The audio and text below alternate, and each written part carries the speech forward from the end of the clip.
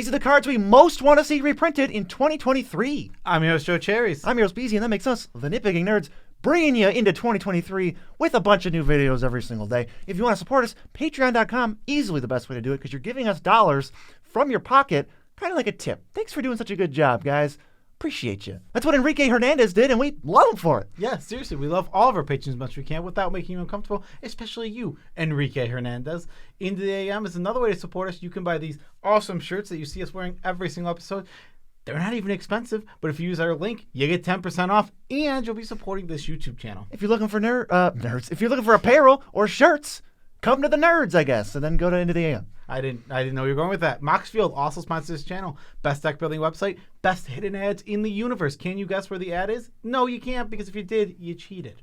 And happy birthday to everyone whose birthday is today. All right, let's get into the video. We are doing the cards that in 2023 we want to see most reprinted. Now, one thing I tried to do was, avoid cards that we've talked about in the past for reprints. So, like, there are some that we've definitely talked about in the past, but I didn't want to just repeat. We did one of these back near the beginning of the year, so I didn't want to repeat as many cards from that as I could.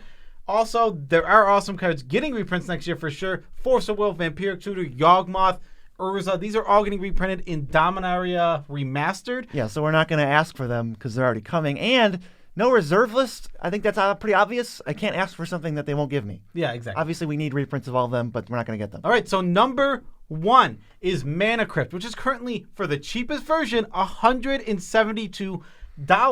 That is the 89th of all Magic cards ever printed. 89th most expensive card, period. Including reserve lists. And if you take away the reserve list, it's like top 10 or top 7 most expensive cards that could be reprinted. Which is silly. This card is absolutely over the top. And like the other cards, there's actually one in here that we're going to talk about, but the other cards are like Portal 3 Kingdoms cards, like Portal cards that, had one printing and have never seen printing again. Mana Crypt is just highly played, amazing for CEDH, amazing for any high power EDH, really.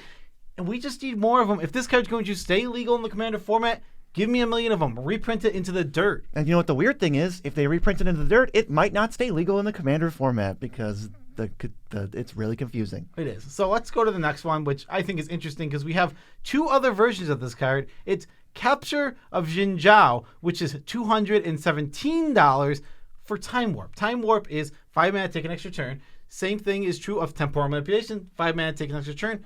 This is a great Commander card. It's awesome. If your deck wants 1, if it wants 2, it probably wants the 3rd, right? Yeah, I mean, extra turns don't travel alone. Yeah, I mean, extra turns are very, very strong in Commander. And if you're in a meta that says extra turns are just an okay thing to do, you should just go for them. Extra turns are so strong. And I just think Capture of Jinzhou should get that reprint, just like Temporal Manipulation did years ago. Yeah. That brought it way down. Let's do that with Capture of Jinzhou. Yeah, I mean, Imperial Steel, I think they're just slowly crossing these off. So Capture is going to come up soon. I wanted to mention something that's similar to this before moving on to the next one is Ravages of War. We have Armageddon. Not a highly played card because Mass Land Destruction is not even frowned expensive, upon, yeah. But Ravages of War is $166. So if you're in a meta that lets you play Armageddon, you probably also want to play Ravages of War. Just give us a reprint. Go back. Let's just do Portal 3 Kingdoms Remastered. Oh, please no. No, the worst thing is it's actually just a fine set because it reprints so many fine cards. I don't know. On your turn, before you attack, let's go to Jewel Lotus, $109. They came out in 2020, and it might have been the most coveted card of the entire year, or maybe the most coveted Commander card of the last 5 years.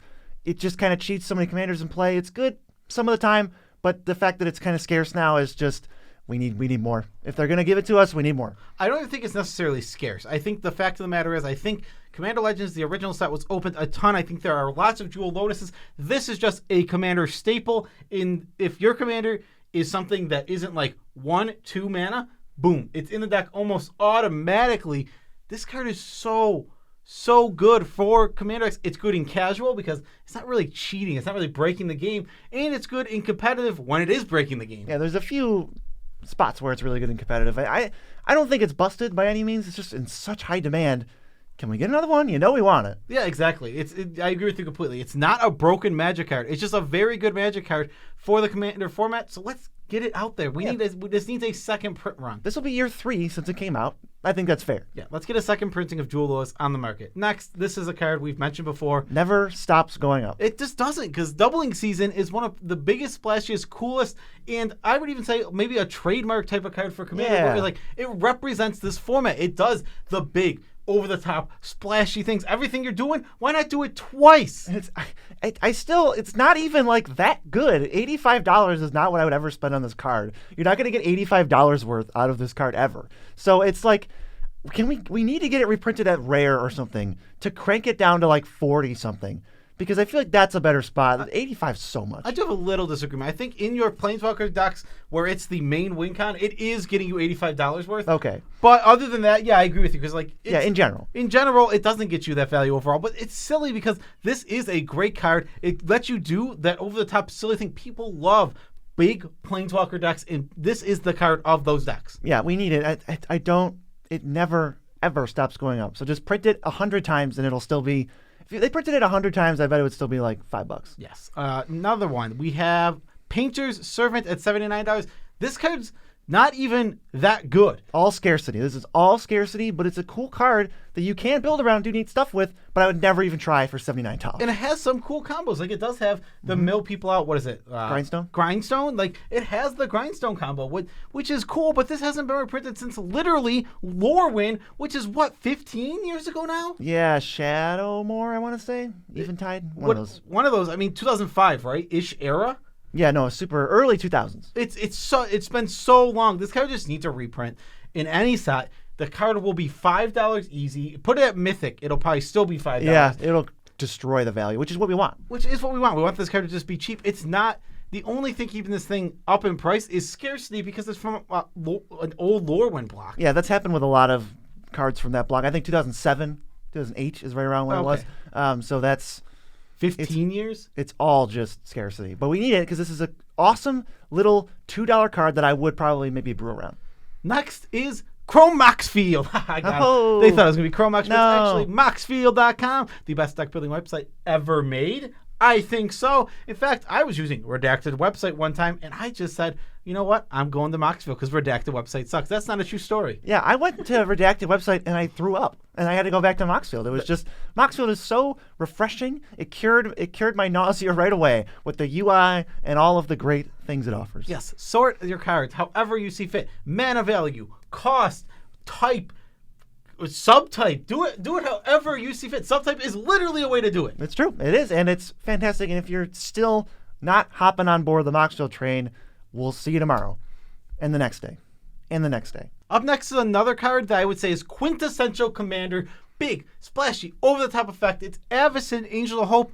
It's currently $50. This is obnoxious. This card... It's had 3 printings. It's $50. And it's not even broken or busted, but I think it's another one that, much like Doubling Season, just represents what the Commander format's all about. Doing the big, over-the-top, splashy things. I had to purchase one of these a couple months ago, and it was like $50 for my Angel deck. And I'm like, oh my God, why? That feels terrible. Like, let's get the cool card for the price that more reflects the card's power level. The demand is it really that high that 3 printings still makes us $50, or is it maybe that it's stuck at Mythic every time? I don't know. I think it is that it's always stuck at Mythic, and the fact of the matter is, this is such a cool card. Like, Avacyn's a cool character. It has a cool price tag to go with it. Like, the other Avacyns that exist, there's a bad one. There's the flip one, but that's 2 colors, so you have to be playing a red-white deck. I just remember Guardian Angel. That card is so boring. It's so bad. And so what do we have? We have 3 total Avacyns. One's bad, one's 2 colors, and this one that's over-the-top splashy and really cool. Yeah, definitely could be a top end of really any white deck, although I wouldn't recommend it most of the time. Next, we got the free spell cycle if you control your commander type cards. We're talking Obscuring Haze. We're talking Deflecting Swat, Deadly Relic, Flawless Maneuver, and Fierce Guardianship. They have been printed. They have not been printed in a while. It's definitely time. Can we get these back? You shouldn't have put them in the format anyway, but if you're already going to do it and make the mistake of doing it, we need to be able to afford these cards. What are they? Fierce Guardianship, 63. Deflecting Swat, 56. Deadly Relic, 44. Flawless Maneuver, 22. And Obscuring Haze, $3. Remember when we spiked it? Yeah, we spiked it because I picked up a bunch. I was talking about that I thought it would go up, and I still do. And I bought like 20 of them, and I still have them sitting around. I'm waiting. They just need a reprint. Every one of these cards is playable in Commander in some sense. Obscuring Haze in the lower power, and the other 3 just pretty much all over the boards. Yeah, I'm sure Obscuring Haze, when that Fog Commander comes out. Whoosh. There's got to be a Fog Commander. It's just a cool thing. Yeah, it's a cool little mechanic. But yeah, these cards are basically all busted, and they're all Commander staples, virtually auto-includes. They're honestly not fun, like, for the format. But let's get them. Let's get our hands on some of them. Yeah, exactly. They're in the format. They're here. I don't want them overpriced. Yeah, that's a separate complaint. I want people to have them and be able to play them. Mm-hmm. Next, we got another cycle. This one's a lot more fair, but they're really good. It's the medallions. Jet Medallion, $32. Ruby, $26. Sapphire, $24. Pearl, $23. And even Emerald is $11. All of them in monocolor decks, I think they're just absolute auto-includes unless you're artifacts. They just add virtual tons of mana every turn, and they just help you pop off. Yeah, and what I really love about the medallion design overall, these are some of my favorite design cards because for Commander, they give you a reason to be one color. They're so strong. You don't get this effect outside of exactly Goblin, Anarchomancer, and Green-Red. Yeah. You don't get this effect when you move into multicolored decks. And you could play Ruby and Pearl Medallion in your red-white deck, but they're each only half as good. Yeah, exactly. You lose so much value. I want more incentives like this. Yes, I want more awesome cards like medallions that push you into a single color. Give me lots of cards that care about how many basic mountains I control. Ooh. Those are the kind of things. Let's care about how many basic swamps I control. Cabal Stronghold is a perfect land for building a mono black mana base. Do more stuff like that. Yeah, give us the Emeria and Valakut too. Let's get more of that kind of thing. Yeah, exactly. We want to care about. Except I want Valakut to say basic mountains because I think that it pushes you into a single color instead of just doing whatever you want. Yeah, instead of just Valakut's literally played in 4-color decks. Yeah. But medallions, fantastic cards, a little pricey. I'd love to see them pushed down to sub 20 each. Yeah, under 10 each would be nice. Well, that would be Magical Christmas Land. It's possible. Next, a card that, since it's printing in Modern Horizons 2, has just become a staple of Commander and of Modern. It's actually Esper Sentinel, and I was shocked at how good this card was in Commander because I thought it was a pretty decent card. It would be okay, but it's amazing. This card costs 1 mana to play. People don't pay as more often than I think it's going to happen, even though it's once per turn. This card is just good. As soon as you pump it at all, I think as soon as it's 2 power, you're going to see a huge spike in people not paying for this. I don't know if that's a mental thing or if they just can't afford it, and maybe it's exponentially harder to pay for now. But Esper Sentinel is fantastic, and no matter what you're doing with it, the investment is almost nothing. So you're going to go positive if they try to remove it. You're positive on mana, and you're probably positive on cards. Yeah, exactly. Esper Sentinel is a very good Magic card for it. It goes in the card draw slot. It's an artifact for if you care about artifact. It's a creature. It has so many. Its types are super important and relevant to so many different kinds of decks. Yeah, and if we can't get an Esper Sentinel first half of the year, I get it. Maybe it's too soon. Second half of the year, please, because this thing's only going to go up. I think, right? Yeah. It plays in multiple formats. Or maybe the year after when we finally return to Alara. It's not happening. It's happening. I love Alara, but it's not happening. We're going back to Give me Alara Reborn 2. Alara Reborn. Reborn. And this next one, I really think is another just absolute staple of Commander. I think every card I put here is pretty much a staple of Commander. Yeah. Perforos, God of the Forge, $24. This got reprinted as a secret layer. But that pretty much did nothing to the price. This is a $24 Magic card. And it is a reasonable, strong, and just amazing win con, especially in your lower power to the medium high power decks. Yeah, because it just can't be removed. Most of the not can't be removed. It's but hard half to of the remove. things that could remove it just don't. So Perforos is sticky. It's not really a creature. It's kind of demands a specific answer. And while they're taking the time to find the answer, you are dealing 6 damage with every creature. Pew, pew, pew.